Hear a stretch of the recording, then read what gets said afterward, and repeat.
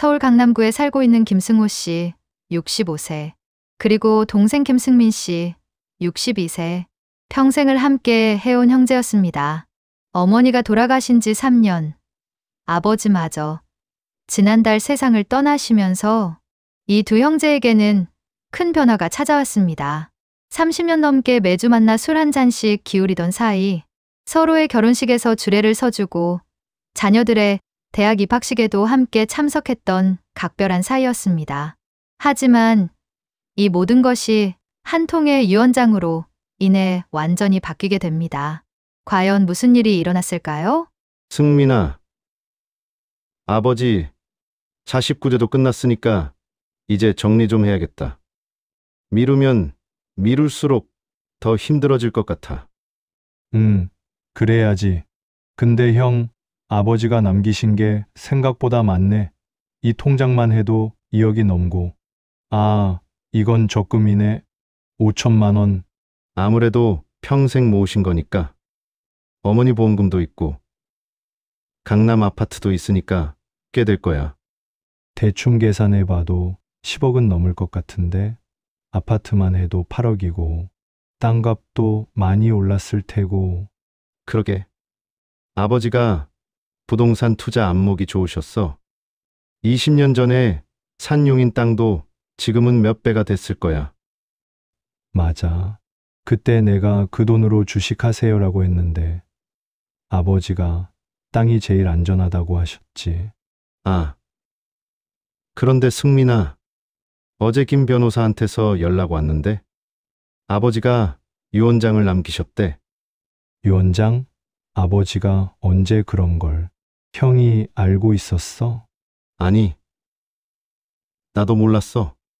변호사가 그러는데 작년 여름에 혼자 가서 작성하셨다더라. 작년 여름? 그때 아버지 몸이 많이 안 좋으셨는데 정신도 가끔 흐리셨고.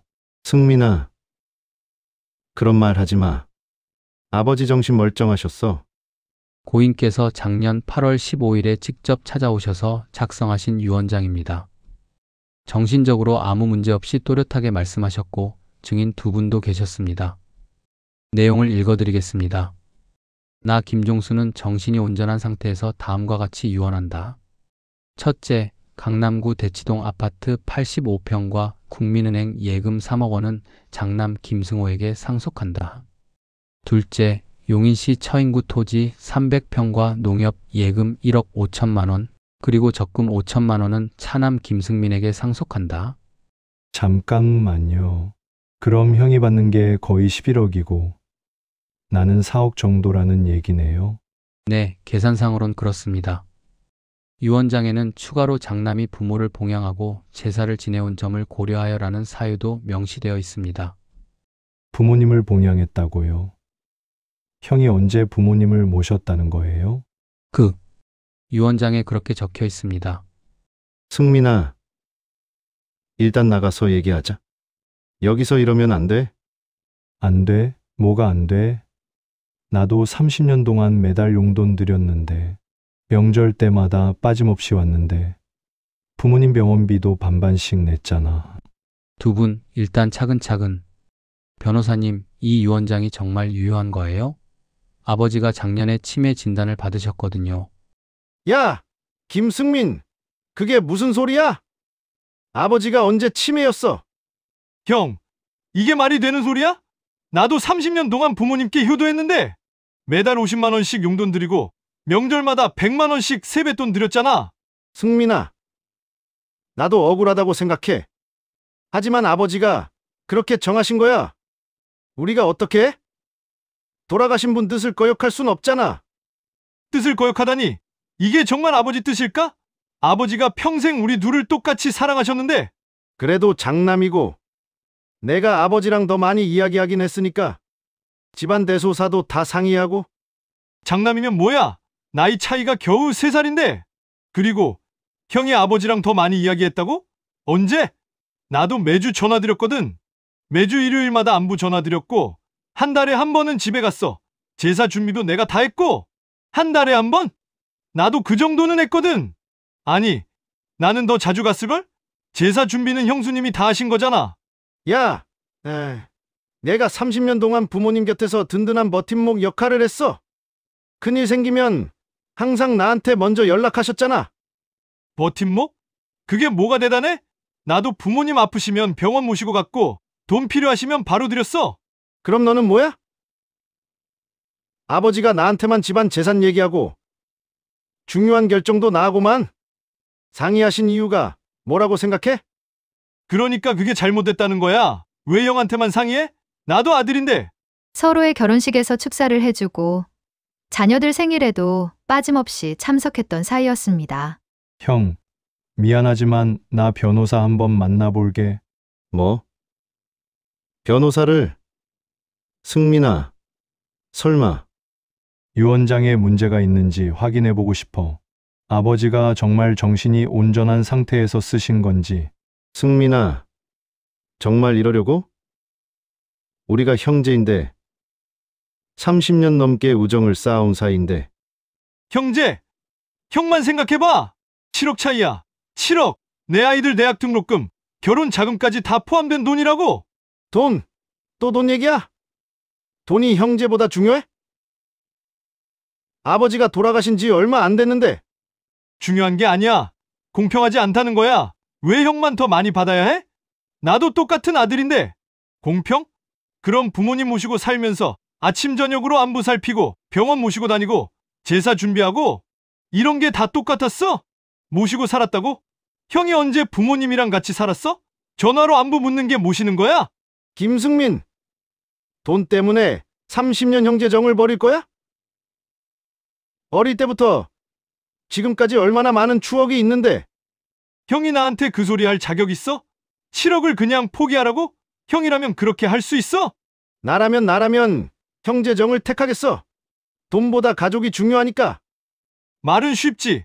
형이 내 입장이었다면 과연 그랬을까? 여보, 승민이한테 연락해봤어. 벌써 일주일째잖아. 연락 안 받아. 문자도 안 읽어.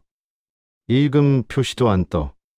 그래도 30년 넘게 형제했는데 이렇게 끝날 리는 없을 거야. 시간이 지나면 괜찮아질 거야. 모르겠어. 승민이 표정이 정말 심각했어. 변호사까지 만난다니. 당신 밥도 안 먹고 뭐 해? 형이랑 너무 심하게 싸운 거 아니야? 심한 게 아니라 당연한 거야. 30년 동안 나도 부모님 뒷바라지 했는데 왜 나만 손해를 봐야 해?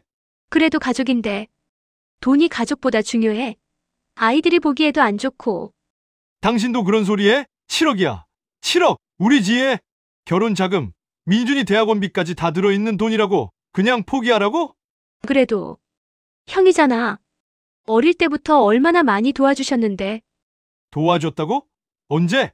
IMF 때 돈 빌려준 건 나야. 나 형이 사업 망했을 때 1천만 원 준 것도 나고. 아버지가 요즘 너무 이상해. 매일 술 드시고 밤에 잠도 안 주무시고 삼촌 생각만 하시는 것 같아. 삼촌이랑 싸운 게 그렇게 충격이셨나 봐. 30년 넘게 매주 만나던 사이였잖아. 아버지가 승민이가 변했다고 계속 중얼거리셔. 어제는 내가 뭘 잘못했을까라고도 하시더라고. 그래도 시간이 지나면 혈육인데 어떻게 영원히 안 볼 수는 없잖아. 우리 아빠가 요즘 너무 예민해졌어. 예전엔 그렇게 돈 얘기 안 하던 분이었는데. 큰아버지랑 싸웠다며? 유산 때문에? 응, 할아버지 유산 때문에. 근데 아빠가 계속 불공평하다는 얘기만 해. 밤에 혼자 술 마시면서. 그래도 가족인데. 시간이 지나면 화해하겠지? 모르겠어. 아빠 성격상. 한 번 삐지면 정말 오래 가거든. 고집이 세서. 30년 넘게 봐온 사이인데 이렇게 틀어질 줄은 정말 몰랐어요. 승호는 원래 차분하고 이성적인 성격이고 승민이는 좀 급하고 감정적인 편이거든요. 근데 이번엔 둘 다 너무 심하게 간 것 같아요. 승호는 아버지 뜻만 얘기하고 승민이는 불공평하다만 얘기하고. 작년까지만 해도 매주 목요일이면 우리 셋이 만나서 소주 한 잔씩 했는데 이제 누가 먼저 연락할지 기다리고 있는 상황이에요. 매주 목요일 저녁 7시 집 근처 행복한 보리밭에서 만나던 새 친구. 이제 박철수 씨 혼자만 그 자리를 지키고 있습니다. 승호야, 승민아. 언제까지 이럴 거냐? 아버지가 돌아가셨는데 형제끼리 이러면 안 되는데. 유언장 무효 소송을 하려면 크게 두 가지 방법이 있습니다. 첫째, 유언자가 유언 당시 의사 능력이 없었다는 것을 증명하는 방법. 둘째, 다른 사람의 강요나 사기에 의해 작성되었다는 것을 증명하는 방법입니다. 첫 번째 방법은 어떻게 해야 해요? 아버지가 작년부터 건망증이 심해지셨거든요. 아버님의 의료 기록, 당시 치료받던 병원의 진료 차트, 그리고 주변 사람들의 증언이 필요합니다. 치매나 인지능력 저하에 대한 객관적인 증거가 있어야 해요. 같은 말씀을 몇 번씩 하시고 며칠 전 일도 기억 못 하시고 그런 증상들을 목격한 사람들 많을 거예요. 그런 분들의 증언서를 받아오세요. 가족, 친구, 이웃, 병원 관계자 등, 그리고 병원 기록도 확인해 봐야겠네요. 아버지, 이렇게 될 줄 알았으면 유언장 같은 건 쓰지 마셨을 텐데 승민이랑 이렇게 싸우는 걸 보시면 뭐라고 하실까? 승민아, 드디어 전화하네. 얼마나 기다렸는지 알아? 형, 유언장 무효 소송 준비하고 있어. 변호사랑 상담했고 다음 주에 접수할 예정이야. 뭐라고? 승민아, 정말 법정까지 가려고? 우리가 형제인데 법정에서 만나겠다는 거야? 형제면 더더욱 공평해야지. 형이 좋은 게 좋은 거라고 넘어가면 될걸. 왜 이렇게 고집을 부려? 고집? 나는 아버지 뜻대로 하자는 건데 돌아가신 분 유언을 무시하겠다는 거야? 아버지 뜻? 정말 그게 아버지 뜻일까? 아버지가 우리 중 누구를 더 사랑하셨다고 생각해? 그런 게 아니잖아. 장남으로서의 책임, 부모 봉양, 제사 승계 이런 것들을 고려하신 거지. 부모 봉양. 형이 언제 부모님을 모셨어? 한 집에서 살았어? 밥 한 끼라도 해드렸어? 야, 내가 30년 동안 부모님 곁에서 든든한 버팀목 역할을 했어. 큰일 생기면 항상 나한테 먼저 연락하셨잖아. 버팀목? 전화나 가끔 하고 명절에 얼굴 비치는 게 버팀목이야? 돈이 필요하시면 나도 바로 드렸어. 김승민, 이제 정말 끝이야? 너 완전히 변했구나. 돈 앞에서 본색이 드러나는구나. 변한 건 형이야. 7억을 혼자 차지하려고 아버지까지 들먹이는 거잖아. 아버지를 들먹인다고? 유언장이 거짓말이라는 거야? 거짓말은 아니어도 공정하지 않다는 거지. 그래, 끝내자. 30년 형제도 여기서 끝. 법정에서 보자고. 그로부터 3개월. 두 형제는 서로에게 연락하지 않았습니다. 30년간 매주 나누던 안부 인사도 명절 인사도 모두 끊어졌습니다. 할아버지 제사 어떻게 해요? 아버지랑 삼촌이 안 만나시는데. 아빠랑 큰아빠 싸우면 우리 사촌들은 어떻게요 유유 가족 모임도 없어지는 거예요? 제사는 따로 지내는 걸로.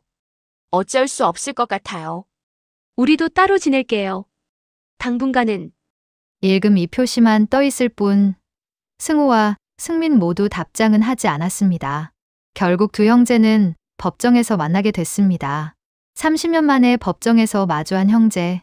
하지만 한마디 말도 나누지 않았습니다. 김승민 씨 측에서는 피상속인의 의사능력 부족을 주장하고 계시고 김승호 씨 측에서는 유언장의 유효성을 주장하고 계시는군요. 피상속인은 유언 작성 6개월 전부터 인지능력 저하 증상을 보였습니다. 여기 의료진단서가 있습니다. 하지만 유언 작성 당일 피상속인은 명확한 의사표시를 했습니다. 증인 두 분의 증언서도 제출하겠습니다.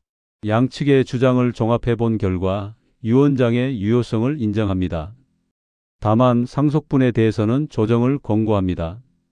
두 분이 조정을 통해 합의하신다면 법원에서도 적극 도와드리겠습니다. 30년 형제가 법정에서 만나게 되신 것이 안타깝습니다. 서로 한 걸음씩 양보해 보시면 어떨까요? 승민아, 나도 이렇게 되길 원한 건 아니었어. 정말 미안해. 형도 그렇게 생각해. 그럼 처음부터 왜 그렇게 고집했어? 왜 내 말은 안 들으려고 했어? 형, 우리가 이렇게 싸우는 걸 아버지가 원하셨을까? 30년 우정을 이렇게 망가뜨리는 걸 원하셨을까? 아니야. 아버지가 제일 싫어하시던 게 형제 싸움이었는데. 천천히 생각해 보세요. 돈은 다시 벌 수 있지만 형제는 다시 만들 수 없습니다. 30년 우정이 얼마나 소중한 건지 아시잖아요. 형, 나도 너무 감정적으로 했나 봐. 법정까지 오게 해서 미안해. 나도 미안해. 너 입장도 생각해 봤어야 했는데. 너무 고집만 부렸나 봐. 합의서에 서명해 주세요. 상속 재산을 6대 4로 분할하기로 하셨습니다. 최종적으로 승호가 60%, 승민이 40%를 상속받기로 합의했습니다. 완전히 공평하지는 않았지만 두 형제 모두 한 걸음씩 양보한 결과였습니다. 승민아, 이제 예전처럼 될 수 있을까? 시간이 필요할 것 같아 하지만 형제는 형제니까 천천히 해보자. 그래. 급하게 생각하지 말고. 우리 나이가 몇인데. 3개월 후 아버지 일주기 기일, 두 형제는 함께 무덤을 찾았습니다. 아버지, 어머니, 늦었지만 함께 인사드리러 왔어요. 많이 걱정 끼쳐드렸죠? 미안해요, 아버지. 형이랑 싸워서 아버지가 제일 싫어하시던 일을 했네요. 아버지, 이제 다시 형제답게 지내겠습니다. 30년 우정을 지켜나가겠어요. 형, 우리 이제 정말 화해한 거지? 다시는 이런 일 없을 거지? 그래도 다행이야. 너희 둘이 다시 만나게 돼서. 나 혼자 술 마시는 게 얼마나 심심했는지 알아? 미안해. 철수야. 우리 때문에 고생했지. 많이 늦었지만 그래도 다시 만나게 돼서 다행이야. 앞으로는 이런 일 없도록 조심해야지. 가족이 제일 소중한 건데. 맞아.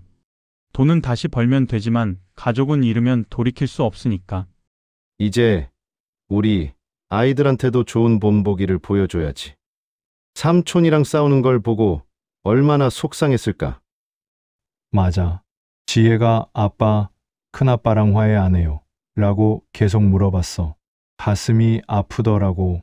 현재 두 형제는 예전만큼은 아니지만 천천히 관계를 회복해가고 있습니다. 매주는 아니어도 한 달에 한 번은 만나 술을 마시고 명절에는 함께 제사를 지냅니다. 승민아, 이번 추석에는 우리 집에서 제사 지내자.